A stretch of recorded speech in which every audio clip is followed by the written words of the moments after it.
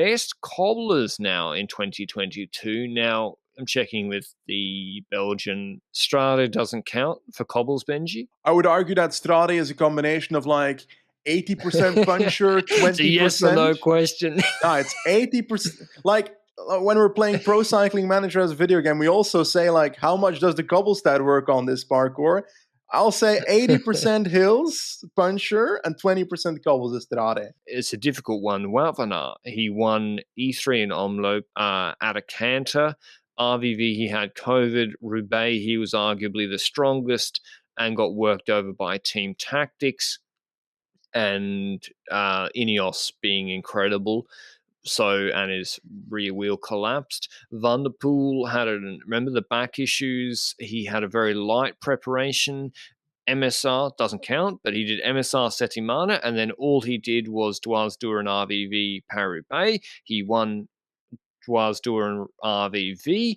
Van Baarle won Roubaix and came second in Flanders.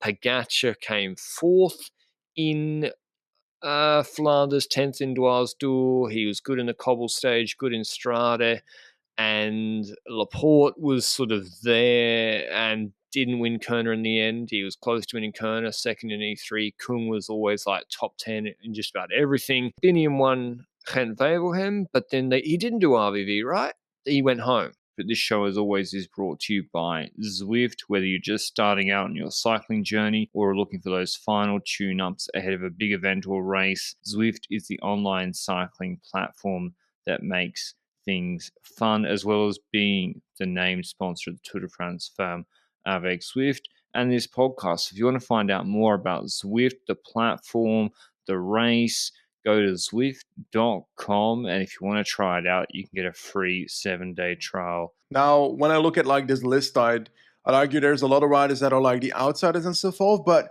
one team that I have that we can notice when talking about Van Baarle, Van der Poel, Van Aert, Pogacar, Laporte, Kung, and so forth, not a single quick-step rider in there. Kasper Asgreen not in this list. Lampard is not in this list.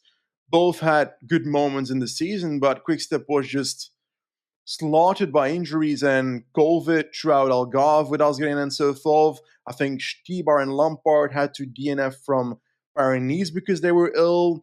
De Klerk was out for the majority until Dwars door Vlaanderen, and then came back and was not at the top level yet during Ronde van Vlaanderen to be really representative. So I think Quickstep had a really bad cobble season, but a large part of that is also the factor that they had injuries, they had illnesses and so forth. And next to that, they also have to fight against better teams in that sense. Because when you look at Quickstep, they were always trying to win using their team advantage in previous years, numerical advantage over their competitors. And they could do that because of Wout van Aert and Van der Poel were solo in their team. They had barely any support at Alpecin and Jumbo. And we see that Jumbo has built support around Wout van Aert, that Van der Poel is building support with Søren Kragh Andersen and so forth in 2023.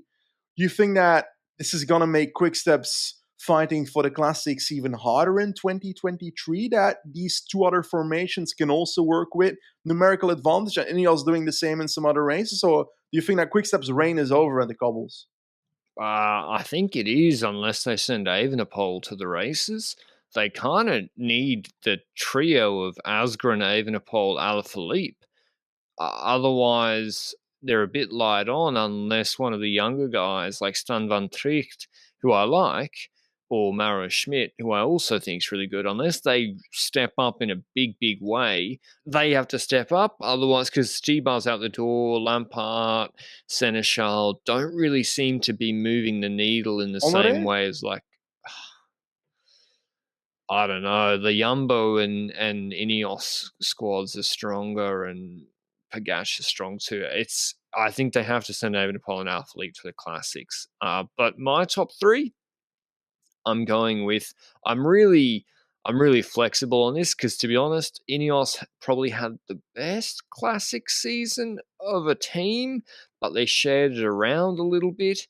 But in terms of an individual, I'm going with Van der Poel as the best classics rider for winning RVV and Dwars door.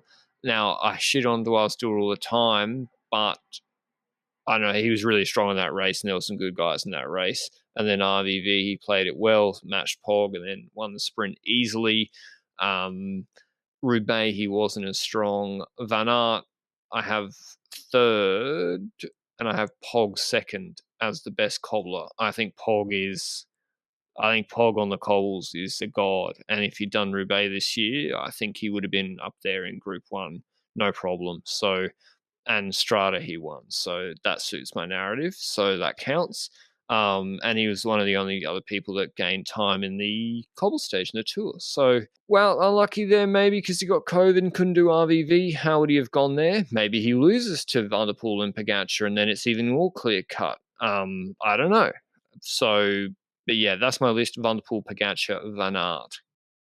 Okay, that's a pretty damn strong list, but I'm seeing no Dylan van Baarle in that top 3.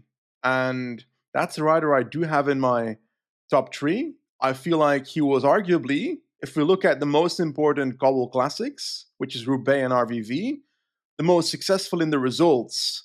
But he didn't necessarily do it on the cobbles. Like, we're talking about best cobbler here, but he is most successful in the cobble races, not necessarily doing it on the cobbles, as in he anticipated twice. In RVV, he got up ahead in the road with Fred Wright, if I recall correctly, before the hills, benefited from that, and got into a situation where he was ahead of the favorites when they made their move, Madouas, Van der Poel, and Pogacar on the Koppenberg, where they bridged up towards Fred Wright and also Van Baarle, and then they got dropped, and then they came back because Pogacar was choking the sprint at the front. But I'd argue at Roubaix, he's still in that situation in that group, and he benefits from the fact that you've got Ben Turner clock in that group, and that dynamic is able to outplay the likes of Wout van Aert and a Van der Poel who wasn't that amazing in the first place at that point in the race. So Van Baarle is great tactically, and I would argue I would put him as a consequence of being the most successful one, but not necessarily the best on the cobbles, on the third spot because he deserves to be mentioned here. I have a very hard time with the other 3, as in Van der Poel, Van Aert, and Pogacar. I don't have Pogacar in my top 3, despite believing that, yes, he was the strongest cobbler in that classic stage at the Tour de France, but if Van Aert and Van der Poel are not able to go free in that stage, Van der Poel was obviously also not in the best condition, I would argue there. Van Aert was half locked to Vingegaard. Towards the end of the race, it was clear that he was locked to Vingegaard, but at the start of the race, it wasn't clear yet because he was hanging about at the back of the peloton for quite a while alone. Now, I would say that if Van Aert can go free there, he's there with a Pogacar and he fights with them to try and get the riders ahead back and so forth. Now, when it comes to the classics, Omloop and E3, Wout van Aert was one of the strongest riders, but I do believe that the team strength around Van Aert helped him a lot in these situations, being able to launch on the Tyenberg with Jumbo-Visma doing the same in, I think, Omloop on, Jesus Christ, on one of the hills. I think it was the Berendries or something where they went with their team attack together with Ineos, tried to benefit from that, and eventually he rode away before the Bosberg, not necessarily in a cobble stretch, was strong on the Muur van Gerardsbergen though. I'm going to put Wout van Aert in second and Van der Poel in first because I believe that Van der Poel has to do so much stuff alone. His team is not the strongest on the cobbles and he has to react to a lot of stuff. He got outplayed at Roubaix significantly, but I think at RVV he was the strongest together with Pogacar and gets that monument delivery as well. I'm actually not certain about my podium here, if that's the right order. I'd have to think about it, and every day I would change my mind. But for today, I'm going to go with Van der Poel in first, Wout van Aert in second, and Van Baarle in third, Pogacar close fourth, hoping that he also does a Roubaix in the future after he won a few more Tour de France and so forth.